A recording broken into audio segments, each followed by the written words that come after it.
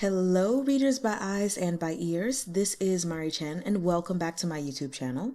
Today we are continuing with the reading of Devil Venerable Also Wants to Know, which is known as 魔尊也想知道 by Cyan Wings or 青色羽翼, and we're covering chapter 16 through 19, so I hope you all enjoy. Chapter 16, A Handful of Moonlight. Tsong-shoo's cultivation was suppressed by the seal on 9 Cauldrons Mountain, and our strength was currently roughly equal to Baili Qingmiao's. Baili Qingmiao forced back Tsong-shoo's hand and rolled out from underneath her, getting out of her range. She seemed about to say something, then suddenly her face flushed and she ran off. In a moment, she came back with a black robe in her arms, which she threw onto Tsong-shoo. She turned her face away and said, "Senior, please put something on." "Huh?" Tsong-shoo looked down at her body, which was as full and curvaceous as Yanyan's, and didn't see anything wrong with it. She had gotten used to walking here and there as a skeleton, and long since forgotten what it was like to have a flesh body. She was still fuming, but when Baili Qingmiao backed off, she calmed down a bit and realized her cultivation was being suppressed. Without spiritual energy, she stopped lashing out at her savior and coldly watched as Baili Qingmiao blushed and ran off for clothes. Tsong-shoo slowly put on the robe. She squinted at Baili Qingmiao and suddenly said, "You're Baili Qingmiao." "I am." Baili Qingmiao only turned fully around after seeing that Tsong-shoo was dressed properly. "Did Senior hear me muttering to myself while you were unconscious?" She hadn't heard it, but that passage, like an excerpt of text or someone reading a story by her ear, had told her this girl was called Baili Qingmiao. Speaking of which, that name Baili Qingmiao seemed kind of familiar. Tsong-shoo wasn't like Yanyan, constantly full of wicked ideas and acting behind people's backs. Altar Master Qiu never used her mouth if she could use her fists. Well, mouths were involved, but it was the mouths of her hungry ghosts. Though she was lying in wait to kill Wenren E, Yanyan was a dedicated second protector, helping Wenren E sort out the sex business, keeping the smaller sects under Yanyan's sect firmly in line, while not forgetting to pick a few good-looking men from them to take home with her. She made every move to build Wenren E's trust, while only wanting to indulge herself and steal the life force of a Mahayana cultivator. Too bad that Wenren E was blind and really trusted beautiful women like dirt. Every time Yanyan showed a hint of seductive power, she'd be thoroughly dealt with, and so had settled down a little after a few decades. On the other hand, Tsong-shoo also wanted to overthrow Wenren E, but never concealed her hostility and had an agreement to duel him every 10 years. At the present time, she had already had all the bones in her body smashed 5 times by Wenren E. Yanyan often said Tsong-shoo's brain had been eaten by a hungry ghost, and that was pretty much the truth. A 1,000-year-old ghost lived in her skull and served as her hidden ace, which she didn't bring out lightly. Baili Qingmiao. Tsong-shoo thought for a long time and finally remembered that Yanyan had mentioned her 11 years ago. She was a talented disciple who Wenren E favored, the one he wanted to steal from Shangqing's sect and have practiced the path of indifference. "You're a core formation disciple of Shangqing's sect?" Tsong-shoo asked. "I am. Have we met before, Senior?" Core formation at 18 was certainly unprecedented, but Baili Qingmiao was now 29 and still at core formation, so that was a bit less special. "Stick out your hand," Tsong-shoo commanded. She typically commanded hordes of ghosts and was used to ordering others around. Fortunately, Baili Qingmiao was obedient and respected her as a Mahayana cultivator, so stuck out her hand without hesitation. Tsong-shoo probed Baili Qingmiao's meridians, and her eyes widened. 9th level of core formation? The first level and the last level of core formation were completely different. The 9th level of core formation put Baili Qingmiao on the threshold of nascent soul, only needing the manual and to pass her inner demon trial. Nascent soul before the age of 30 certainly was exceptional talent.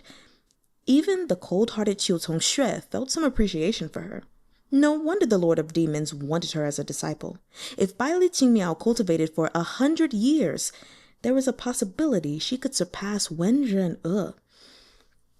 If I can't beat Wenren E, maybe I can still his disciple. Tsong-shoo-eh scrutinized Baili Qingmiao head to toe. Baili Qingmiao was intimidated and worried over whether this senior had had a qi deviation. None of her behavior after waking up made sense. She tugged carefully on Tsong-shoo's robe and said, Senior, I've already been away from the sect for too long. Now that you're healed, why don't we part ways here? She didn't bring up a word of the other's debt to her. Just saving a life was enough for Baili Qingmiao. Hold on. Tsong-shoo grabbed Baili Qingmiao's collar. We're heading down together. Tsong-shoo was over 1,000 years old, but still appeared as a young woman.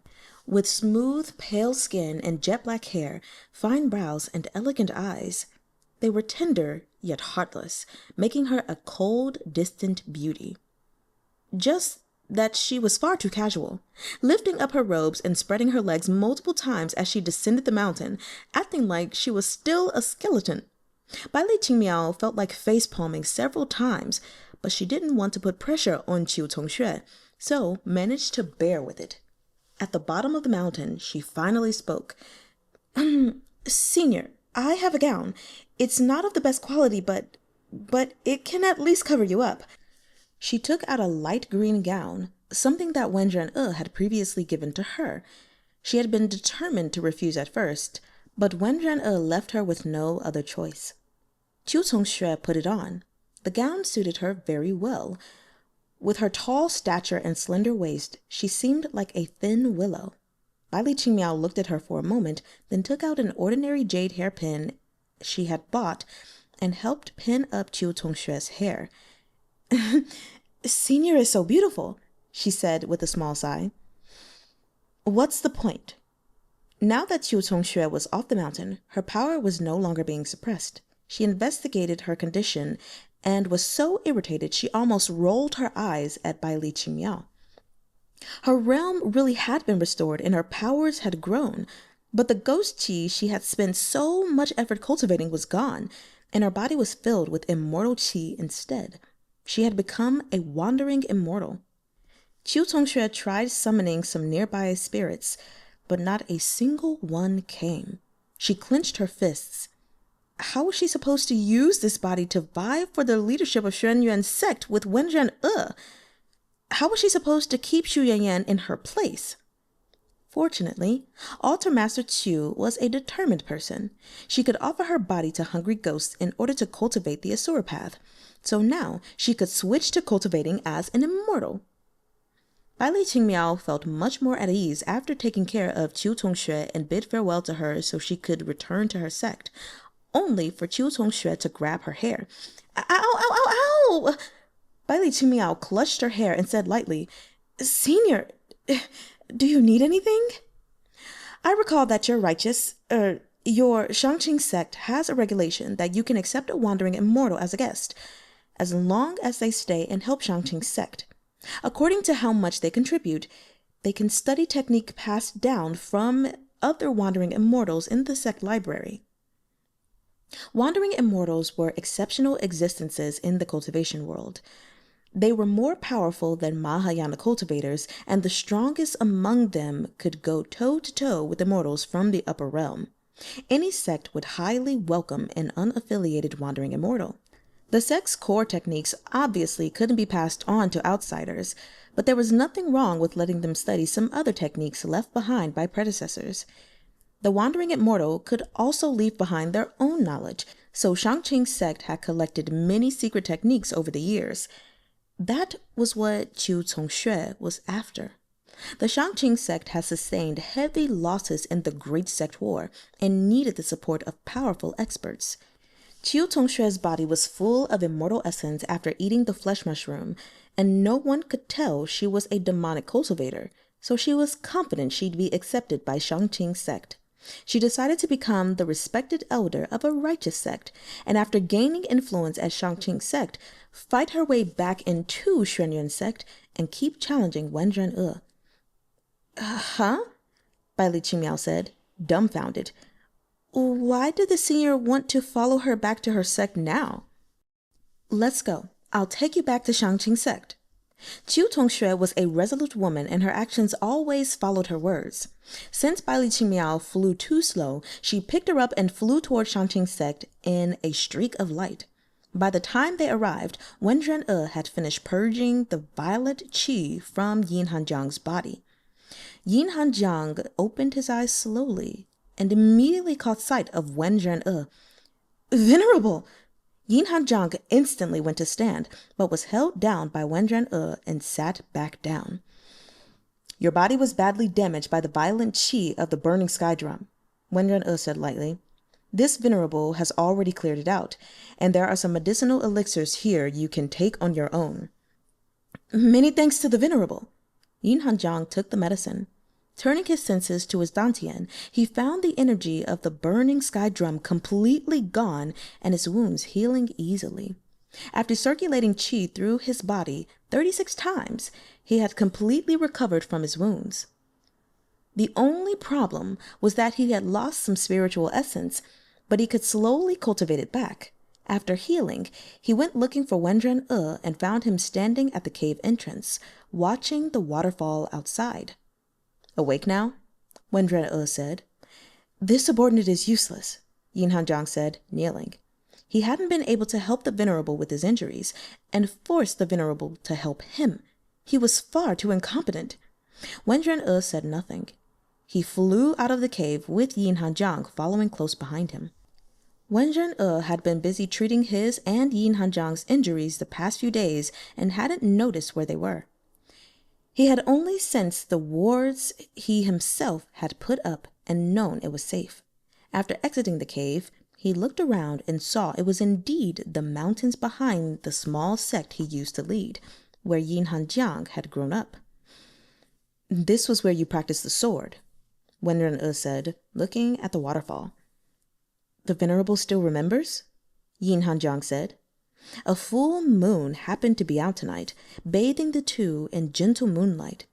Hanjiang's face seemed to be shrouded in a silver glow. Wenren E closed his eyes. This venerable remembers. After we obtained Xuanyuan sect, I gave this place to you. Have you given this place a name? Yes. Hanjiang walked to the pool before the waterfall and scooped up a handful of water. This subordinate has named this area the moon fishing pool. Moon fishing? Hanjiang's brows softened as if thinking of a happy memory. With a faint smile, he said, This subordinate used to practice the sword here until I was too exhausted to move and laid beside the waterfall looking at the sky. Sometimes the moon was curved, and sometimes it was round and reflected in the pool. Back then, I thought you could scoop up the moonlight and fished at the water again and again. There was a faint amusement in his words. He held his handful of water out to Wenren E. Eventually, when my hand steadied, I could scoop up the moonlight. Wenren E looked down and saw the moon reflected in that handful of water which Hanjiang held up with his spiritual energy. He was presenting a tiny image of the moon in his hands. This had been Hanjiang's favorite game in his short, lonely childhood. Wenren E gazed at the moon fishing pool and seemed to see a little child, picking up handfuls of water again and again under the full moon, trying to catch the ever-elusive moonlight. He reached out a hand and kept the water together, using his spiritual energy. From his sleeve, he produced a crystal vase and poured the water inside. This venerable accepts your moonlight. Hanjiang stared, dumbfounded, as he watched Wenren E use a treasure which could hold an entire river to store his little handful of water, then replace it in his sleeve. The night wind blew across Hanjiang's face with a faint coolness, and only then did he realize that his face was burning hot, and even his ears had turned bright red. Venerable, it was nothing, Hanjiang mumbled, bowing his head. Wenren E clasped his hands behind his back. This venerable can't remember many old things. I just remembered that in my childhood, I grew up in a border town where my father and elder brother were garrisoned year-round, leaving behind me and my mother. She personally taught me to fight with the halberd, but I complained that the halberd was not as elegant and good-looking as a sword. My mother told me that length lends power and protection. The weapons on the battlefield are indiscriminate, and she wanted me to have a better chance of survival, so she taught me the halberd. Before my 16th birthday, I woke with the dawn each morning and studied combat and literature in order to follow in my father and brother's footsteps and become a learned general who could protect the town I lived in. But I didn't know how to be a child, how to play and enjoy myself. After I took you in, I only thought about teaching you to cultivate and not to have fun. Hanjiang opened his mouth, but didn't know what to say. He only stared wide-eyed at this completely unknown version of his Venerable and committed the sight to memory. Thinking about it now, this Venerable never really had any childish impulses. This handful of moonlight is the childhood that Protector Yeen has given to this Venerable. Wenren smiled faintly. Since you've given this Venerable something so precious, I should give you some reward. Is there anything you want? No. Hanjiang wanted to say no need, but seeing Wenren E's slight smile, he felt that he would ruin this rare good mood his Venerable was in if he refused. This subordinate does have a wish, he said quietly. This subordinate has always wanted to go back and visit the border town where he grew up. That's not a big deal at all, Wenren said. Since you want to go, why don't you take this Venerable on your sword? Then I won't have to wait for you there. Hanjiang called out Qingmiao. Seeing the patterns that had appeared across the blade, he felt some concern and wanted to ask, but at Wenren encouragement, just mounted the sword and flew off with Wenren until they reached the little border town. The sun had risen by the time they arrived. The two hid themselves from sight and landed within the town. What's this? Hanjiang said in shock. The sparsely populated town he remembered had become a fort with walls strong as steel and a bustling marketplace within. The citizens looked prosperous and happy, and the merchants peddled their wares enthusiastically from their stalls. The Great Sek War allowed the mortal world to rejuvenate for 10 years, Wenren said. With abundant spiritual energy, there have been few disasters. Since the plains haven't suffered storms or frost, the nomads have been living well, and don't need to plunder bordering towns for grain each winter. The spiritual veins reinforce ley lines so that more capable officials are born in the capital. They've opened up trade, and the commerce has brought prosperity to the residents here. 10 years is more than enough time for a small town to become a fortress. Hanjiang walked to the memorial shrine and found a temple dedicated to a general. He bought incense to offer to the general and bowed to him deeply. Wenren didn't know what to say. After Hanjiang left, he asked, "This is what you wanted? This Venerable is right here. Why are you paying respects to my old mortal identity?" Looking at the statue people had carved for Wenren Hanjiang said solemnly, "It's not the same." Chapter 17. Border Town. In the decades that had passed, the temple would have already fallen into ruin if not for repairs by the government, and there were few people making offerings. Wenren saw how familiarly Hanjiang did everything and felt some suspicion. When Hanjiang returned to his side after offering incense and washing the statue, he asked, "Do you often come?" The base of Hanjiang's ears reddened slightly, but his face didn't change. "If not in seclusion, I come once a year," he said, though it was the first time he had come with Wenren. "This Venerable doesn't cultivate merits or sustain himself on incense offerings. I'm right by your side, so why do you need to come bow to a statue of me?" Wenren said, puzzled. Hanjiang had followed him from childhood, and Wenren had assumed he understood him. It was only when he opened abusive romance that he discovered he was only seeing the side of Hanjiang the man deigned to show. Since then, he observed Hanjiang more closely and discovered many things he'd never noticed before. For instance, this temple was over 80 years old, but the statue was still like new. This must have been at least partially Yin Hanjiang's doing. He would visit every year, yet Wenren had never noticed. Yin Hanjiang was about to answer when a man dressed like a government official approached them. He seemed around 50 or 60 and came forward to strike up a conversation upon seeing Yin Hanjiang. "Is this young hero named Yeen?" Yin Hanjiang didn't treat this old official coldly as he did all others. He cupped his hands respectfully and replied, "I am." The official seemed reminiscent as he looked at Yin Hanjiang's face. He sighed. "I came into management of the memorial shrines when I was 16. Now over 40 years have passed, and fewer people come to pay respects every year. Only the Yeen family, from your grandfather to you today, would visit every year before winter. Yet your father didn't show up for the past 11 years, so I thought your family had also forgotten." "My father hasn't been able to walk these past few years and kept lamenting how he could not go.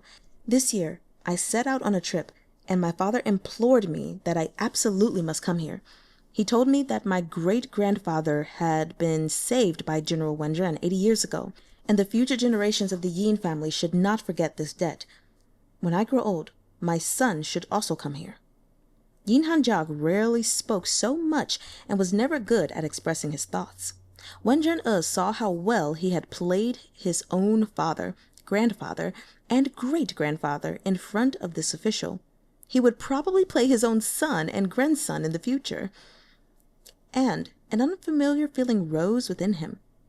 Those 11 years were hardly because his father's legs didn't work, but that he had been caught up in the Great Sect War and unable to come. "My father is the same," the old official said. He wiped the stone stele that stood in front of the entrance to the shrine with a damp cloth, so that each name stood out clearly. "He always told me that in that war 80 years ago, if it weren't for General Wenren, this town would have already fallen to the enemy."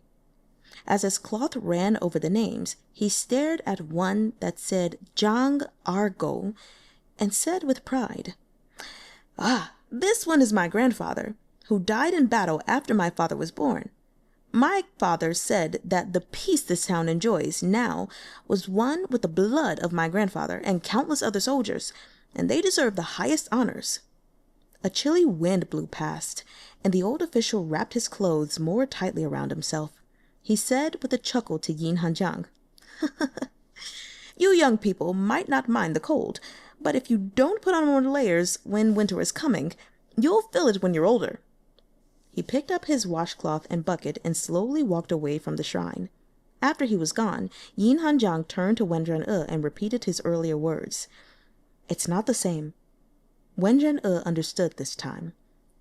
Wenren the ruler of the demonic sects, wasn't the same as the General Wenren enshrined in the small border town. The same way Yin Hanjiang, the left protector of Xuanyuan's sect, wasn't the same as the young hero Yeen who visited the shrines every year. Wenren walked to the memorial stele and brushed his fingertips over the names with a soft smile. "I can actually match each name to a face. Not this Venerable, just I." At the moment, he wasn't the Lord of Demons, but General Wenren. All the people named on the stele had probably already entered the cycle of reincarnation, maybe even multiple times, but in this small town, they lived on in many people's hearts. Together, these names could be called guardians. Winds at the border were strong and pierced her clothes like knives come winter. As it picked up, the pedestrians on the road rushed along to the warmth of their homes, and the street merchants packed up their wares. In a bit, only Wenren and Yin Hanjiang were left standing out in the streets. The bitter cold wind blew a lock of Yin Hanjiang's hair across his face. Normally, Yin Hanjiang's hair was tied up neatly so not a strand was left loose, so that even though his appearance was youthful, he gave off a far older aura. With a loose lock of hair hanging by his face, Blown by the wind, Wenren felt that Yeen Hanjiang had gained a shred of youthful innocence. In truth, Yeen Hanjiang had always been like this, and it was only that Wenren never really looked at him, and so had never noticed throughout all these years. Wenren smiled slightly. He took out the abusive romance book from his sleeve and said, "I must be grateful for this book. If not for it, this Venerable would have overlooked one Yeen Hanjiang." Yeen Hanjiang's eyes fell on that familiar title again, of the book his Venerable so inconceivably kept around. Maybe it was because he had shown the Venerable another side of himself today, or maybe it was because today the Venerable seemed different than usual, but Yeen Hanjiang decided to see him right now as General Wenren and not the master of the demonic sex, so boldly asked a question. Just what mysteries does that book hold? He remembered that it was after obtaining this book that the Venerable had left Xuanyuan's sect and focused his attention in particular on the righteous disciple Baili Qingmiao, looking after her in various ways. The Venerable only treated Baili Qingmiao as his junior, so Yeen Hanjiang had also unconsciously begun paying closer attention to this besotted young woman, and even become frustrated at her various shortcomings. The Venerable looked so highly upon her aptitudes, and said that they had a karmic relationship, even wanting to take her as disciple. Yet Baili Qingmiao just thought of living happily ever after with Wenzhao, while with the kind of person Wenzhao was. Even though Yeen Hanjiang rarely had opinions on people besides Wenren he still couldn't help but acknowledge that Wenzhao didn't deserve her. Baili Qingmiao was at least a pure-hearted and kind disciple of the righteous sex, but Wenzhao really left a bad taste in one's mouth. If Yeen Hanjiang gave his heart to one person, he would never have considerations toward another. How could he bear to watch Wenzhao proclaim his love for Baili Qingmiao, while at the same time sleeping with Yanyan? "This book tells the story of a romance," Wenren said, in summary, then changed his mind and said, "This book led this Venerable to consider Protector Yeen in a new light." Yeen Hanjiang was dumbstruck again. "The wind is picking up." Wenren put the book away. "What other secrets does Protector Yeen keep in this small town?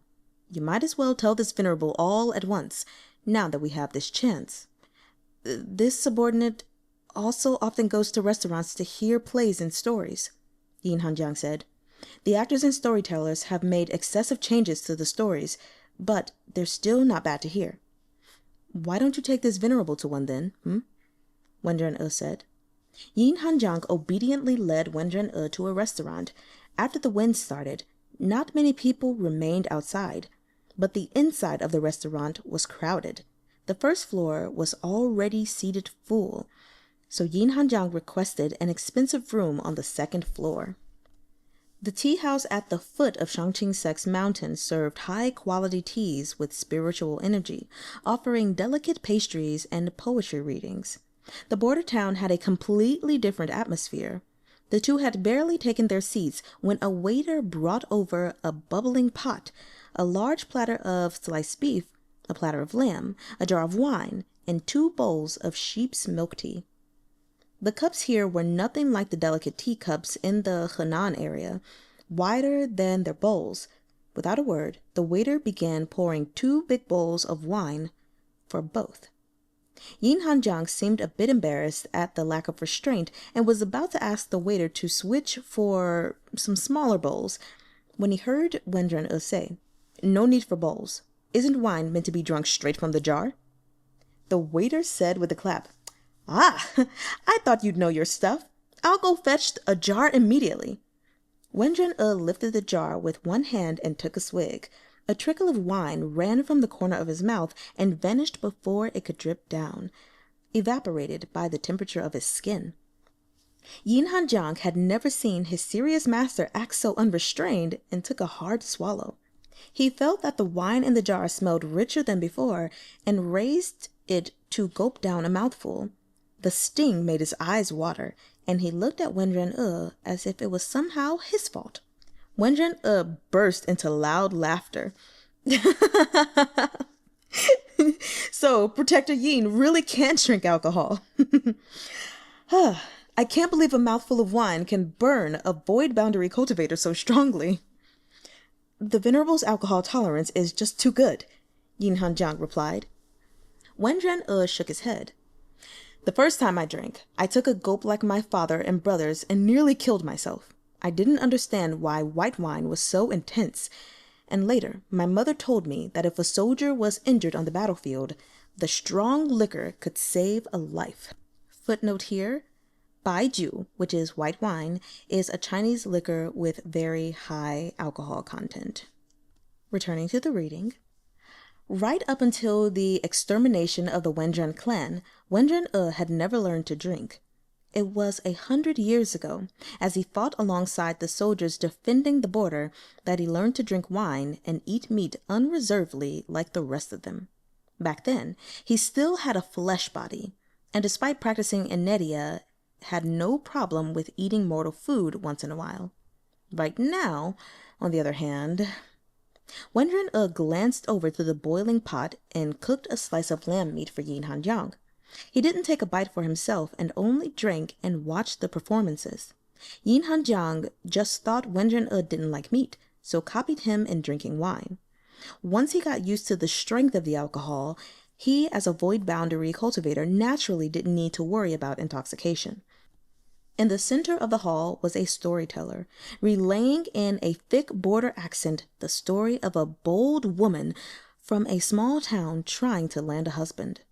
The woman had a blunt attitude, was free in her emotions, and never beat around the bush, and the audience loudly approved of her. Listening, Wenren nodded. This is how love ought to be. If this venerable were to fall prey to a love tribulation, and the other party reciprocated, I would keep that person by my side forever. If they had no interest, then I would let them go. What dignity is there in clinging to someone? He slapped abusive romance down on the table. Whether it was Baili Qingmiao or Wenren neither had chosen the right path in this story. Yeen Hanjiang saw a splash of wine land on the book's cover. Wenren didn't seem to treasure the book very much at all. Under the influence of the wine, Yeen Hanjiang showed open curiosity. This is a novel of Baili Qingmiao and He Wenzhao's romance. It tells of how Baili Qingmiao rose to unmatched heights, only to let herself be torn down by He Wenzhao. Wouldn't you say that's ridiculous?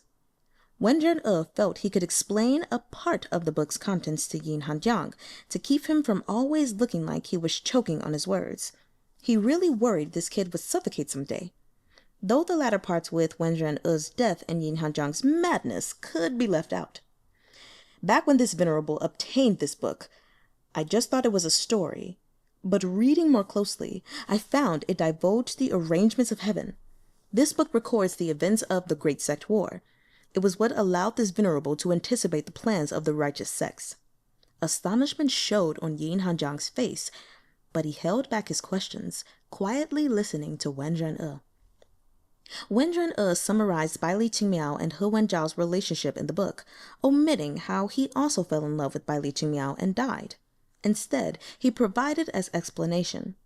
This venerable was also in the book, and because of a debt to the primordial goddess, provided help to Baili Qingmiao many times. That's why I want to take her as a disciple, to lead her to practice the path of indifference and free her from He Wenzhao's influence. I understand now. The doubts in Yeen Hanjiang's heart gradually dissipated and were replaced with praise. The venerable was indeed far-seeing, and could even make use of the plot of a romance novel. Taking the Great Sect War as an opportunity to challenge heaven's arrangements, this venerable also learned of the location of the snow flame from this book, Wenren said. Additionally, the book mentioned that there was a fated opportunity for you at the Golden Coast Cliffs, the Shattered Mountain meteorite, which is perfectly suited for refining into your sword. The Shattered Mountain meteorite was really Wenren fate, but he swapped it around so Yeen Hanjiang wouldn't be moved by gratitude and pledged to live and die for him again. Wenren didn't much like seeing him like that. Wenren had benefited plenty from the border conflict where he picked up Yeen Hanjiang, so there was no need for the man to act so indebted to him. It's convenient for us that both the righteous and demonic sects are currently recuperating from the war. Xuanyuan's sect should be fine for now. so this Venerable will accompany you on a trip to the Golden Coast Cliffs, Wenren said casually. Shenyuan sect should be fine. Hanjiang furrowed his brows. Venerable, the Shenyuan sect is like a pack of dragons without a head right now. This subordinate fears that if the Venerable is absent too long, the Right Protector and Altar Masters will shift loyalties. No matter. Wenren took a large gulp of wine. I can kill them all and save myself some effort. Right now, the righteous sects can't fight us, so leaving so many high-level demonic cultivators alive doesn't do us anything but invite trouble. Good point, Venerable, Hanjiang said respectfully. Wenren raised a finger and tapped him on the forehead. This Venerable isn't all-knowing or all-powerful, he said in an annoyed tone. There are times when I get things wrong too. If you follow me blindly and everything, I'll have trouble recognizing my mistakes. You also need to use your brain now and then, and help this Venerable think. This subordinate understands. Hanjiang rubbed his forehead and smiled slightly. This trip to the border seemed to have brought the two closer. Wenren and Hanjiang no longer stayed in their rigid roles as master and subordinate and had gained a deeper connection. The two had finished 10 jars of wine between themselves, and even the shop's owner was so astonished he came personally to ask the two's names, so they could be remembered as immortals in the restaurant. Wenren declined to give his name and, with Hanjiang behind him, left the world of mortals. He hadn't touched a mouthful from the steaming pot on the table, whereas Hanjiang had eaten quite a bit. After they left the town barely before curfew, Wenren said, Protector Yeen, why don't you take this Venerable on your sword again until we get to the Golden Coast Cliffs? The demon sword doesn't have many days left anyways. After we get to the Shattered Mountain meteorite, we'll refine the sword together with it. Chiming rattled a few times, as if objecting to Wenren words. Hanjiang didn't question him and took Wenren on his sword, heading toward the Golden Coast. His sword flight speed couldn't compare to Wenren light flash, and the Golden Coast was far enough away that it took a day and night's worth of flying. By Wenren assessment, even if Baili Qingmiao had returned to her sect by now, this wasn't enough time for her to set out for and reach the cliffs. The Golden Coast Cliffs were in the far eastern part of the Middle Province. The beaches were covered with fine golden sand, thus it was called the Golden Coast. A high cliff lined the coast, and since golden stone made up the cliff face, it was called the Golden Coast Cliffs. Hanjiang landed at the top of the cliffs, unable to ride his sword past that point. An immortal realm was said to be hidden there, and any place with traces of immortal or divine power would suppress a cultivator's power. The higher level they were, the more they were affected, while a nascent soul or lower cultivator would be unrestricted. Wenren was stronger than an ordinary person, even with his cultivation suppressed, though, and since he practiced martial arts, his movements were more agile and powerful than most cultivators. Hanjiang was also quite capable, having practiced the sword from youth, and they climbed the rock face steadily as they descended the cliff. In the book, Baili Qingmiao fell many times and had to be caught by Wenren only to fall again, for him to catch her again, and so on. Thinking back, it was odd. She hadn't fallen once while climbing Nine Cauldrons Mountain and carrying Wenren yet constantly lost her footing once she came to the Golden Coast Cliffs. Was it because the rocks were weathered by sea spray and had come loose? Hanjiang didn't cause any problems of the sort. His footing was firm, and he climbed quickly enough to keep up, no matter how fast Wenren progressed. In the book, they spent a month searching for the spiritual realm, purely because Baili Qingmiao would twist an ankle once every couple thousand words, or sprain a shoulder, or get all kinds of other injuries, so that they constantly needed to stop and treat her. Wenren didn't know the exact location of the spiritual realm either. In the book's account, Baili Qingmiao had been bitten by a poisonous bat and fainted. Wenren was carrying her, and while she was near death, discovered the entrance to the spiritual realm. Thinking back, Baili Qingmiao had found the snow flame at the instant before she froze to death, and the flesh mushroom had appeared before her on its own when she collapsed and fell unconscious. Hold on. Was the cause for all these legendary treasures appearing Baili Qingmiao's near-death experiences? After searching for 3 days, Wenren finally paused. Would the spiritual realm really not appear unless Baili Qingmiao was there? Wenren felt a bit troubled. Venerable? Yeen Hanjiang saw Wenren stop, hanging onto the cliff face while deep in thought, and hurried to his side. This Venerable seems to have... Before Wenren could finish, he glimpsed a greenish-black blur out of the corner of his eyes, rushing toward Yeen Hanjiang. Instantly, with the wave of a sleeve, one of his arms transformed into a cloud of crimson mist, enveloping the flying shape. In a few seconds, the bat dissolved into blood in Wenren-E's hold, falling drop by drop into the ocean below. Venerable, your arm! Yeen Hanjiang saw Wenren-E's dissolved arm, and a tremble entered his voice. Seems you found out in the end. Wenren smiled slightly, solidifying his arm again and ruffling Yeen Hanjiang's hair. Chapter 18. Elder Qingxue. The blood arts were lost techniques due to so few people succeeding in them, so very few people in the cultivation world knew of the blood-severing technique. However, Yeen Hanjiang had followed Wenren for many years and was there when Wenren obtained the manual for the blood arts. Therefore, he had some understanding. Forgetting about the agony the blood-severing technique caused oneself, or how difficult it was to succeed in, the most important fact was that 10,000 years ago, the only blood cultivator in the world went mad and became a demon, needing the combined forces of the righteous and demonic sects to slay him. This was not a demon as in the distinction between righteous and demonic cultivations in the cultivation world, but as in an inner demon. If the heavens were an elder, a cultivator was a junior. Righteous cultivators would go along with the heavens in order to cheat spiritual energy out of it. They used their techniques to connect themselves to the heavens, trying to become one with the cosmos, so that the spiritual energy of the natural world recognized them and allowed itself to be absorbed by them. Righteous cultivators were careful to obey the principles of heaven and to accumulate merit in order to harmonize with the cosmos. In order to fool the heavens, they must first fool themselves. Thus, they walked the path of cheating heaven. On the other hand, demonic cultivators were like brats who struck their elders and kicked their younger siblings. They directly stole spiritual energy from the cosmos, their methods greedy and quick, known as the path of robbing heaven. The righteous cultivators had always disapproved of the demonic cultivators, not because of differences in their ideology, but because stealing was much faster than coaxing. Okay.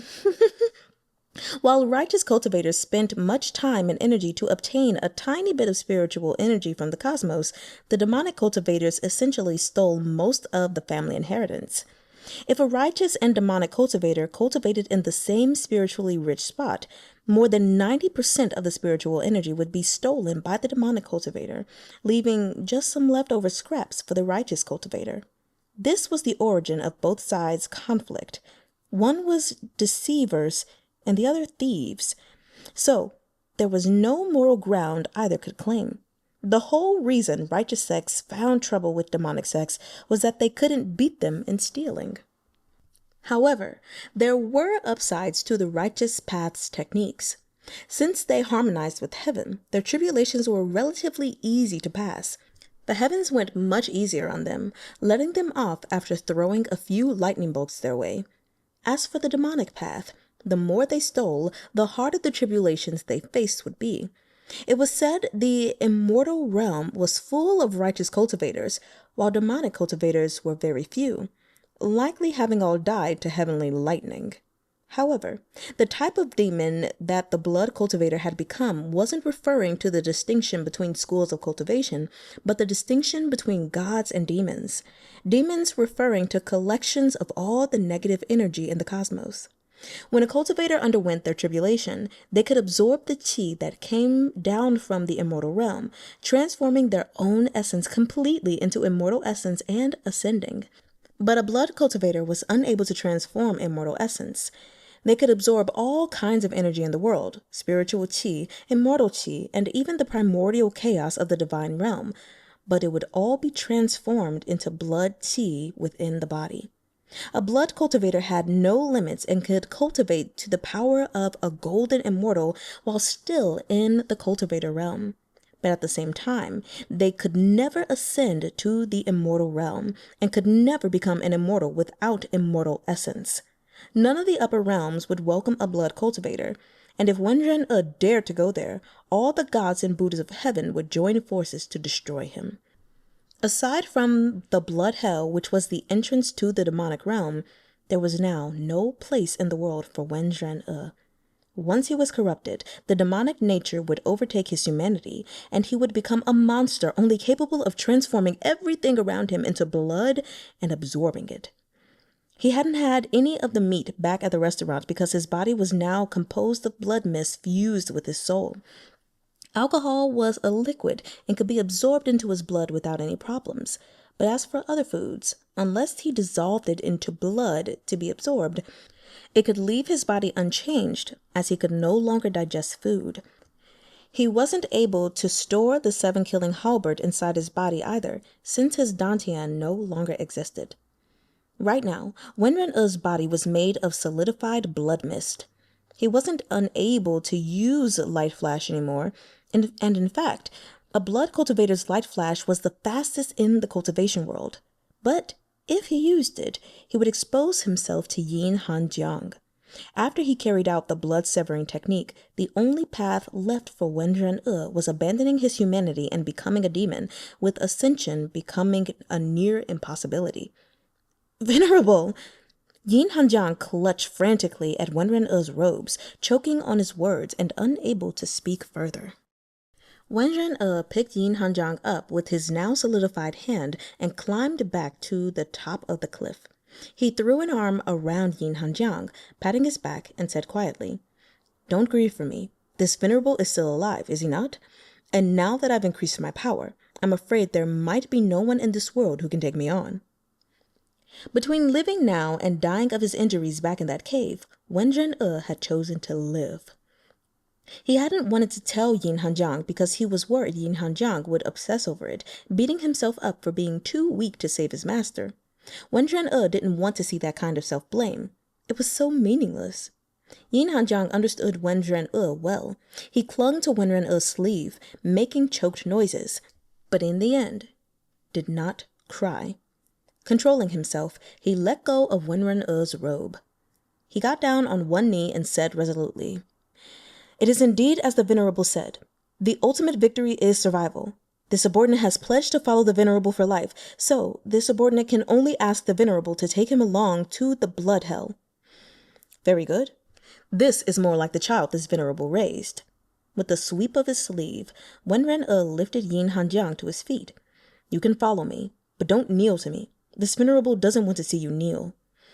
"Understood," Yeen Hanjiang said.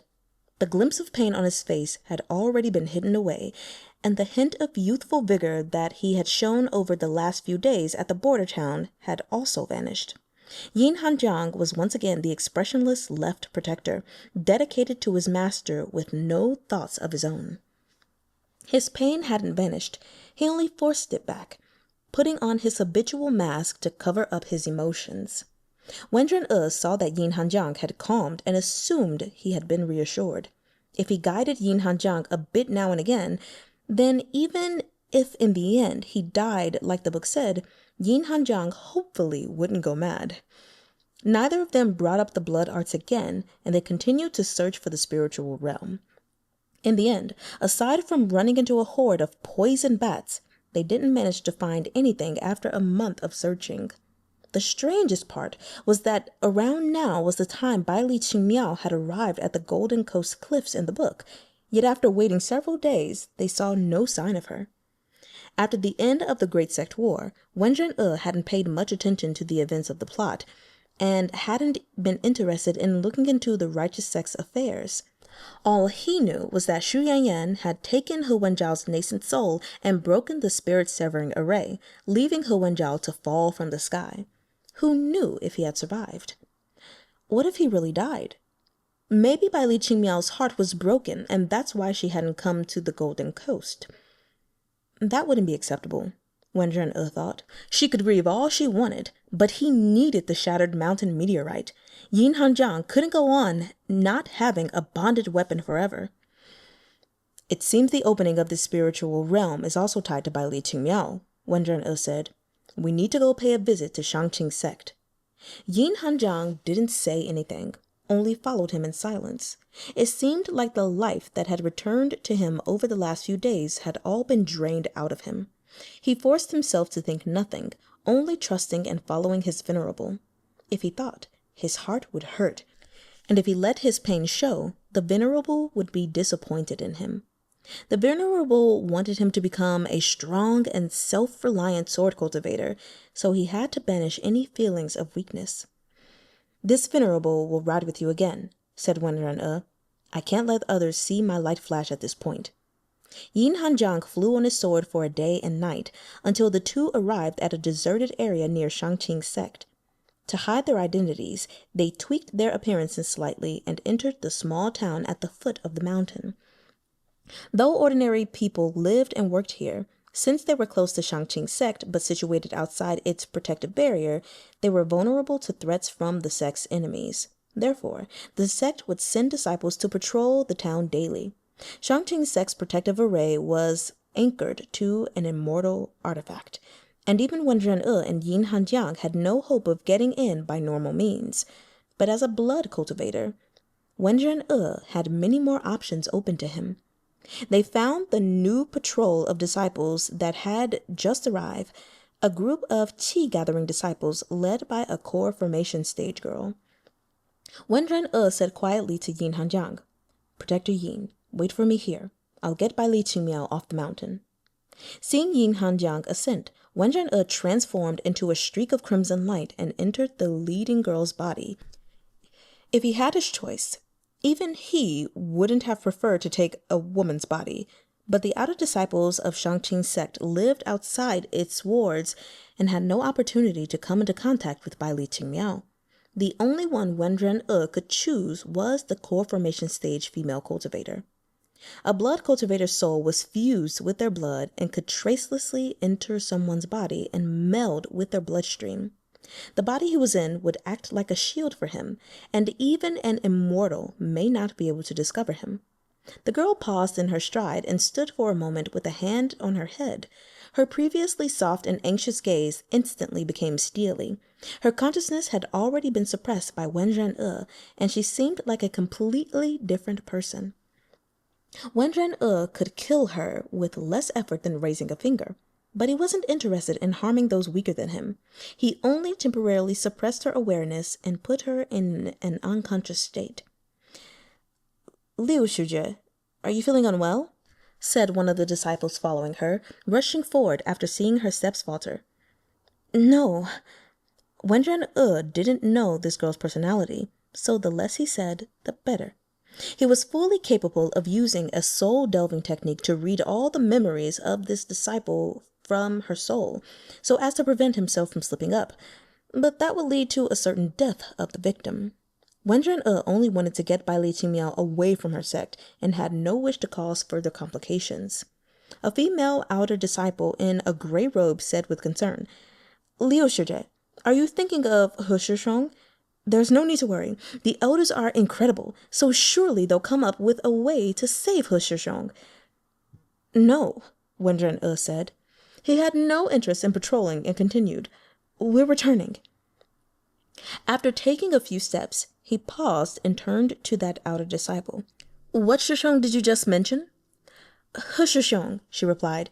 Liu Shije, you look pale. When we get back, you should go to the administration hall and request some calming drugs so you don't make yourself ill from anxiety. He Shishong? Was there another person named He in Shangqing sect? Unimportant characters in abusive romance hadn't been given names, but of the named disciples, Wenzhao had been the only one with that surname. Also, what did this disciple just call him? Liu Shije? There indeed had been a named female disciple of Shangqing sect in the book, Liu Xinye. the very female cultivator who secretly had feelings for Wenzhao and forced herself upon him when he was injured, having her foundation drained in order to replenish his essence.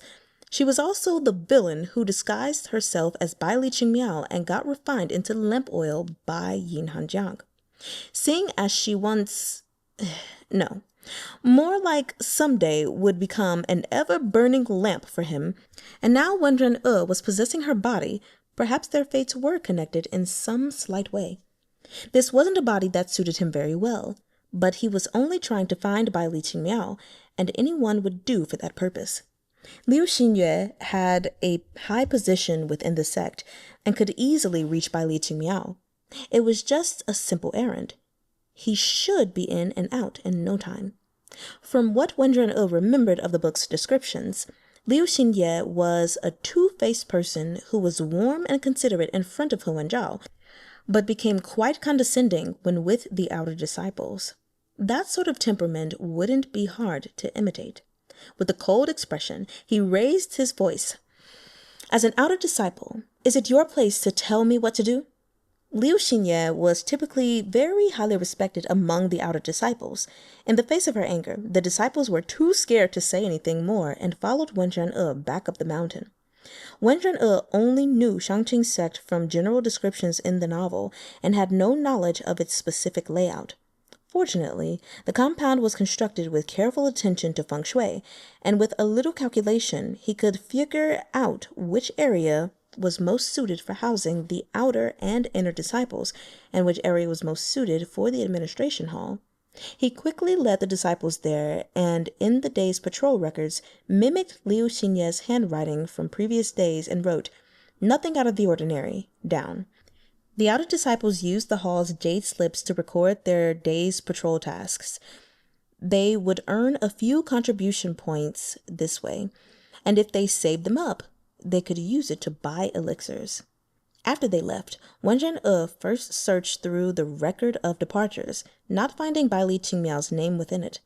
After determining the location of the inner disciples' quarters, he was about to go look for her when he heard a completely plain and ordinary-looking core formation disciple call to him. "Liu Shimei, haven't you been concerned for He Shishong? I'm taking care of him tonight, so you can come see him." After saying that, he winked as if to say, "Look how considerate I am, giving you a chance to get close to Wenzhao." Wenren E, who had abusive romance memorized cover to cover, was very familiar with these words. The plot line they led to was the one where Sheen-yeh took the opportunity while caring for Wenzhao at night to give herself to him and help him recover his nascent soul. "I'm not going," Wenren E replied bluntly. It was no concern of Wenren E's whether Wenzhao lived or died. He was only here to find Baili Qingmiao, and after he got Baili Qingmiao away, Sheen-yeh could find her own opportunity to sleep with Wenzhao. The disciple who had fulfilled the role of a pimp in the story was shocked speechless at Wenren E's words, as he saw Sheen-yeh turn away carelessly with no regard to Wenzhao's well-being. "No way, Shimei," he said. "Didn't you like Shishong?"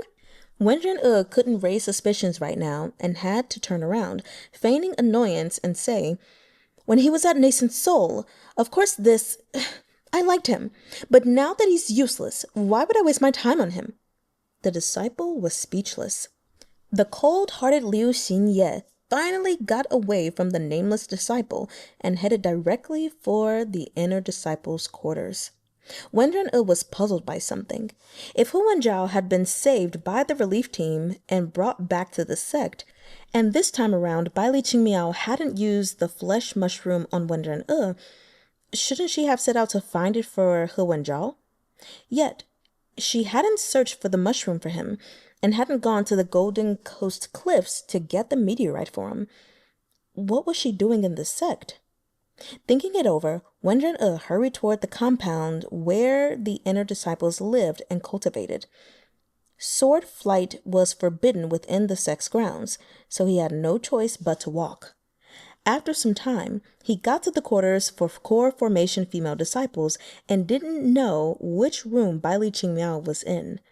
He saw a plain and ordinary female disciple pass by, who he could tell at a glance was a bit character in the book whose position was far below Liu Xinye's.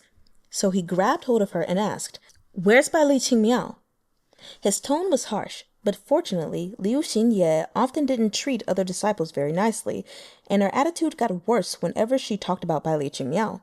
The passerby replied, "Baili Shimei, no, now that she's nascent soul stage, she should be Shijie. Baili Shijie is in seclusion on Dustless Peak with Elder Qingxue." Nascent soul? Wenren furrowed his brows. When had Baili Qingmiao reached nascent soul? This didn't match the novel's events. And who was Elder Qingxue? They had never appeared in the book. After releasing the disciple, Wenren found a deserted spot and ascended the extra-dimensional space within his sleeves to retrieve the abusive romance novel, wanting to double-check when Baili Qingmiao had reached nascent soul in the story. However, when he opened the first page, he found that the first line of text had changed. "Plot lulls have been partially fixed. Please continue your efforts." Wenren hadn't opened the book in 11 years and never imagined the contents were capable of changing. He hurriedly flipped it open and carefully scanned it, looking for alterations.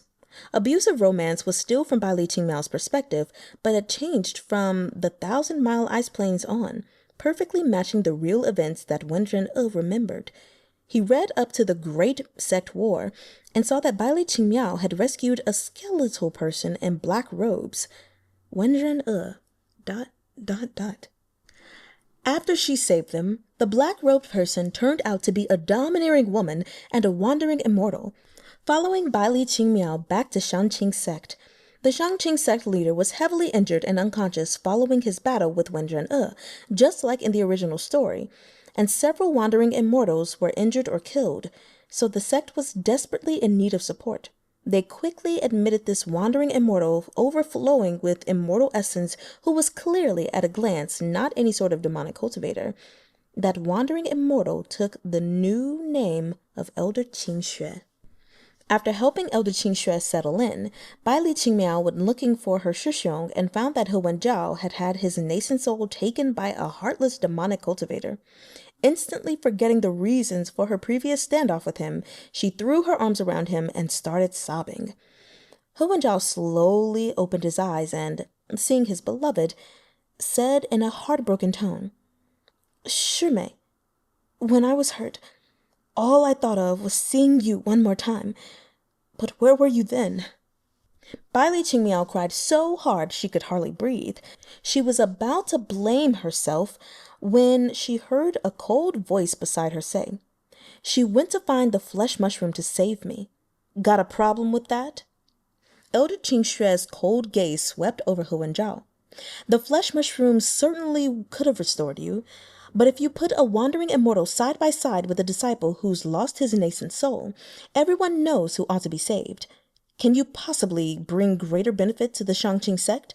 Where do you get the audacity to ask Baili Qingmiao to save you?" Wenzhao was furious enough he could spit blood. Clutching Baili Qingmiao's hand, he forced out, "Shimei, I never said anything like that." "I know," Baili Qingmiao sobbed. She wanted to hug Wenzhao, but was picked up in one hand by Elder Qingxue. "At your level, even if you want to save someone, you have to consider whether you actually have the ability to," said Elder Qingxue. "Hurry up and take me as your master, and after you improve your cultivation, you can worry about saving people." But I already have a master," said Baili Qingmiao awkwardly. "No matter," said Elder Qingxue. "I can just take your master as an honorary disciple. I'm not worried about the distinction between being your master or your master's master." Baili Qingmiao, ... Wenren ... Chapter 19. A Thoughtful Subordinate. Baili Qingmiao's master, Elder Qin Rong, may have only been at deity transformation stage, but she was the same generation as Elder Qingxue.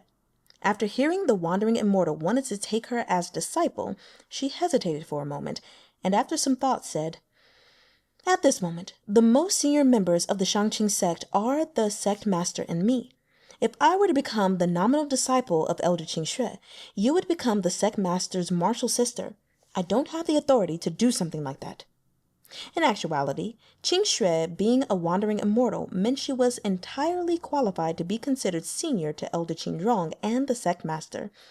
But she was a guest, and Shangqing sect could not allow an outsider to stand in a more senior position than the sect master. Qingxue's expression twisted, and she started using her few remaining brain cells to weigh the possibility of getting rid of Elder Qingrong. Fortunately, Elder Qingrong patted Baili Qingmiao on the head and said, "And I know Elder Qingxue does not actually wish to take me as a disciple, but was only impressed by Qingmiao's talent and unable to pass her up. Qingmiao, it is your great fortune that Elder Qingxue wishes to transmit her teachings to you, so there is no need to reject it.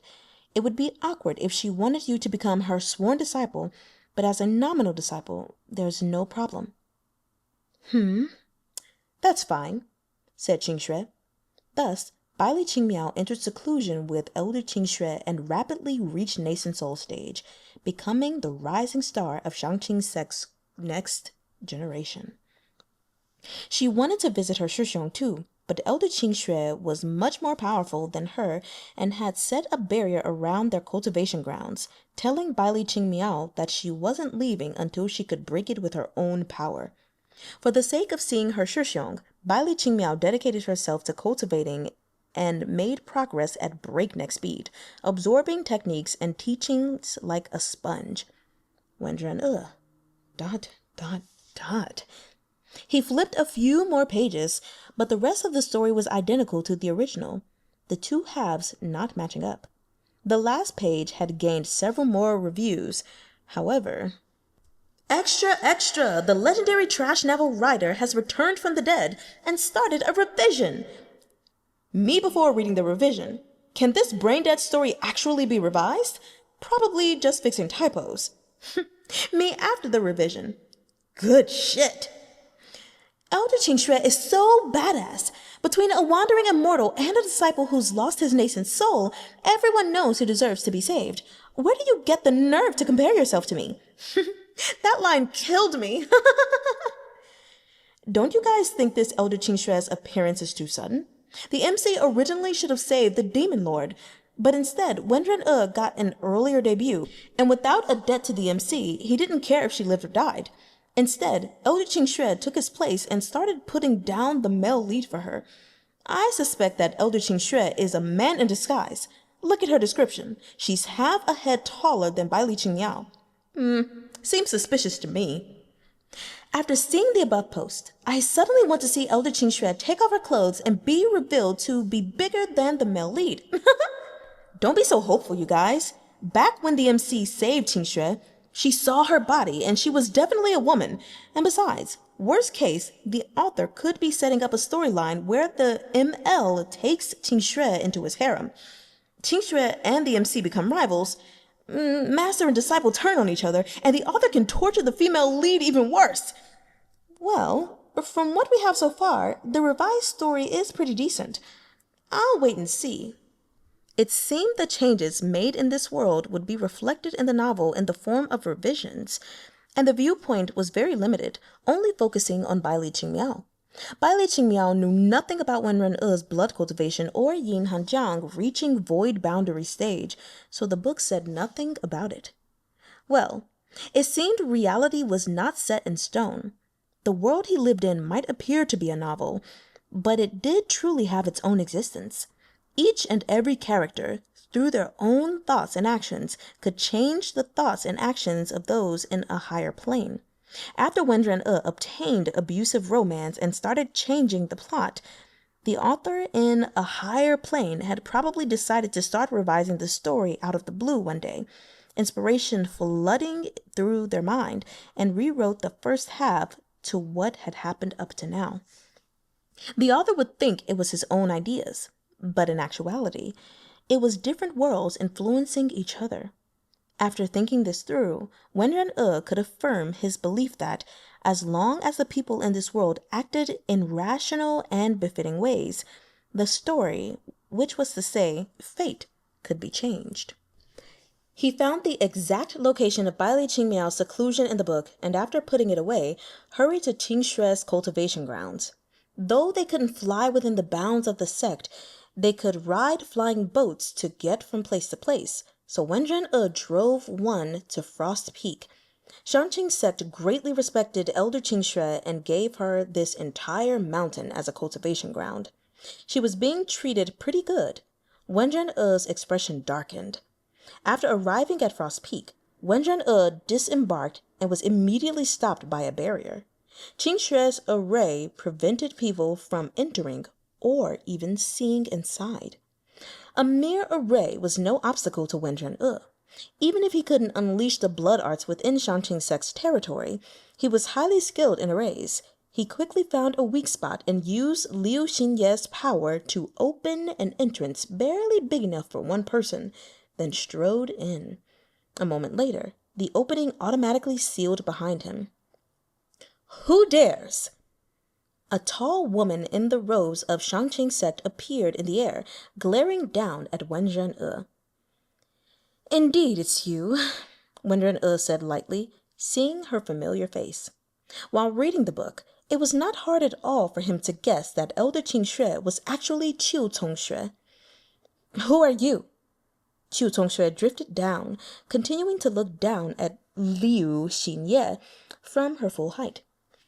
Liu Xinye stood with an aura of unruffled calm, hands behind her back, and said with a dignified air, "Altar Master Chu of Xuanyuan sect, if you wish to infiltrate the righteous sects, shouldn't you at least remember the faces and names of each disciple in your sect first?" Tsong-shoo-eh was at the very least an expert of the demonic sects. Even if she didn't have much intellect, she was very experienced. After scrutinizing Liu Xinye for a moment, she said, "You must be a demonic cultivator, using the soul puppeting technique or some other secret art to take over this disciple." Wenren E didn't really have anything to discuss with this subordinate of his, and after exposing her identity, continued with, "Whatever you plan to do at Shanqing's sect is no matter to this Venerable. This Venerable only cares that you do not do anything to Baili Qingmiao, as I have plans for her." "This Venerable? Wenren E!" Tsong-shoo-eh exclaimed in shock. She initially backed up several steps out of caution, then stood her ground and said, "This is the Shanqing sect's territory, protected by an immortal artifact. Even you would be suppressed by its power. Since you borrowed this disciple's body to infiltrate, you'll be unable to exert your full strength. If I kill off this disciple to activate the sect's array against you, you're sure to sustain a heavy blow." After speaking, she struck without hesitation at Liu Xinye's chest, showing no regard for the disciple's life. Wenren E smiled lightly. The Xuanyuan sect was still as he knew it, a group of cold-hearted snakes who could betray anyone for their own ambitions. After a glance at the array surrounding the mountain peak, he gathered blood mist around his body, and in a flash of crimson light, severed one of Tsong-shoo-eh's arms. It slowly dissipated into blood vapor, while the remainder of her arm began to dissolve as well. Tsong-shoo-eh acted decisively and, taking out a large blade, severed her right arm from her shoulder, managing to stop the progress of the blood mist. "The blood arts! You've actually used the blood-severing technique!" Tsong-shoo-eh said in alarm. "So you're not controlling this disciple from afar. You're here in person." Her eyes darted back and forth as she formulated an idea. On impulse, she was about to open the barrier around the mountain peak. "You're thinking of opening the barrier and turning the main array of Shanqing sect against this Venerable," Wenren E said. "A blood cultivator would be the enemy of the entire cultivation world. If one was discovered in Shanqing sect, all of the righteous sects would mobilize to kill him." Tsong-shoo-eh wasn't deterred by Wenren E seeing through her plan and was about to open the barrier anyway when Liu Xinye extended a hand toward her, and a cloud of blood vapor pierced through her chest. Tsong-shoo-eh had just become a wandering immortal and was not yet familiar with using her immortal essence. She instantly sustained heavy injuries from that one attack. "Altar Master Chu, before you open the barrier, this Venerable can take your body, dissolve your soul, and make all your immortal essence his own." Sheen-yeh said darkly. It's up to you how you should refer to this Venerable, and it's up to you whether you open the barrier. Tsong-shoo-eh wiped the blood that had dripped down her chin and said with difficulty, Venerable, this subordinate belongs to Xuanyuan sect as a wandering immortal in life and a ghost cultivator in death. I swear absolute loyalty to the Venerable. That's better. Wenren withdrew his hand and the blood mist vanished back into Xinye's body. Deal with your own wounds, he said coldly. As a wandering immortal, these flesh injuries should be nothing to you. This subordinate thanks the Venerable for his mercy, Tsong-shoo-eh said. This subordinate is fine. Even as she spoke, the gaping hole in her chest grew in size, but she stubbornly acted as if it didn't bother her. This Venerable's subordinates certainly are talented, Sheen-yeh said with a cold sneer. Tsong-shoo-eh disregarded the scorn and quickly took a healing elixir. She was an experienced demonic cultivator, and no one among her station would say empty words without the strength to back them up. You could only make it in the world by understanding which way the wind blew. After much difficulty, she managed to fix her arm and the hole in her chest and got down on one knee, bowing her head and no longer daring to look down on Sheen-yeh. Even if the Venerable was in a shorter body than hers, a subordinate could not make their master look up at them. You don't need to be concerned, said Wenren. Just stay at Shanqing's sect as a sect elder. I see you're doing very well for yourself. However, I have need of Baili Qingmiao today for a minor errand. Make an excuse that you're taking her to gain experience and bring her down the mountain. Your subordinate understands. After some hesitation, Tsong-shoo-eh said, Venerable, as Baili Qingmiao is your favorite disciple, it's improper for this subordinate to take her in. How about this subordinate slaughters the Shanqing sect and leave her without a home, and if you then save her, she'll naturally accept you as her master. Wenren He was the lord of demons, but the way his subordinates thought always managed to surprise him. That isn't necessary. This Venerable is indeed impressed by her aptitudes, but I have no need to take her as a disciple. I just wish for her to become sufficiently powerful. He didn't bother explaining why. In any case, his subordinates always came up with reasons for him. Indeed, Tsong-shoo-eh said, I see. The Venerable wishes to train a worthy opponent in order to raise his own realm. This subordinate understands and will make sure to raise Baili Qingmiao well. As long as you understand, Wenren said. As they were conversing, a figure emerged from the cultivation chamber and descended before Tsong-shoo-eh, saying, Master, this disciple has already learned the principles of array formation and has come to test the barrier. It was indeed Baili Qingmiao, and only after reporting to Tsong-shoo-eh did she turn around to see the person with her master. Upon seeing it was Xinye, her expression stiffened. Xinye wasn't a fan of Baili Qingmiao, and Baili Qingmiao wasn't an ass-kisser. Since Xinye also liked her Shuxiong, she had always resented her. After shrinking behind Tsong-shoo's back, she poked out her head and said, Master, are you also going to take Xinye as a nominal disciple? Master, why are you squatting? Tsong-shoo couldn't let Baili Qingmiao see her kneeling, but she also didn't dare stand taller than Wenren, so she could only half squat on the ground, completely disregarding how improper it looked. This is the horse dance, Tsong-shoo explained. Even if we cultivators have great spiritual powers, we can't neglect our physical prowess.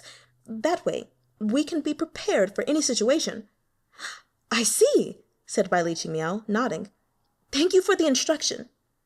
Tsong-shoo, noticing Wenren-'s gaze upon her, immediately said, Baili Qingmiao, you can exit seclusion. You're going on a trip to the Golden Coast Cliffs. Really? Baili Qingmiao said cheerfully.